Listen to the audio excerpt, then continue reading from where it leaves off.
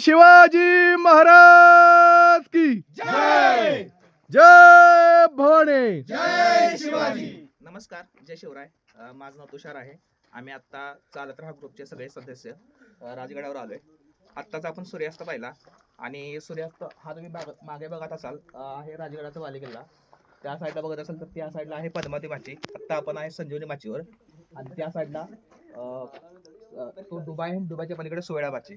आत्ता आपण सूर्यास्त बघितला. सूर्यास्ताच्या पलीकडे हा तोरणा किल्ला आहे. छत्रपती शिवाजी महाराजांनी पहिला जिंकलेला किल्ला आणि त्याच्या साईडलाच तुम्ही आता ते दिसणार नाही, तिकडे रायगड आहे. आता मला संजीवनी माचीबद्दल थोडं बोलायचं आहे. ॲक्च्युली छत्रपती शिवाजी महाराजांच्या स्थापत्य कलेचा सगळ्यात जबरदस्त नमुना म्हणजे संजीवनी माची आहे. खूप चांगलं नियोजन आता हे ह्या बांधकामातून दिसतं. ॲक्च्युली ह्या संजीवनी माचीला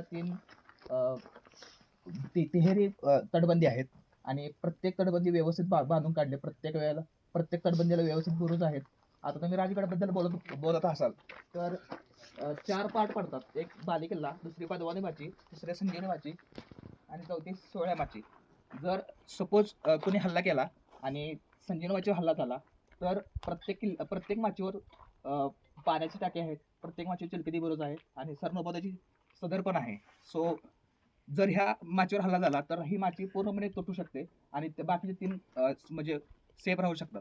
असं प्रत्येक माचीचं वेगवेगळं व्यवस्थित हे करून ठेवले आणि त्यामुळे हा राजगड खूप अभेद्य आहे आणि ॲक्च्युली हे आपल्या स्वराज्याची पहिली राजधानी आहे आणि छत्रपती शिवाजी महाराज 49 वर्ष जगले. त्यातले 25 वर्ष या बालेकिल्ल्यावर आता तुम्हाला कॅमेरामधून दिसतंय काय माहित नाही.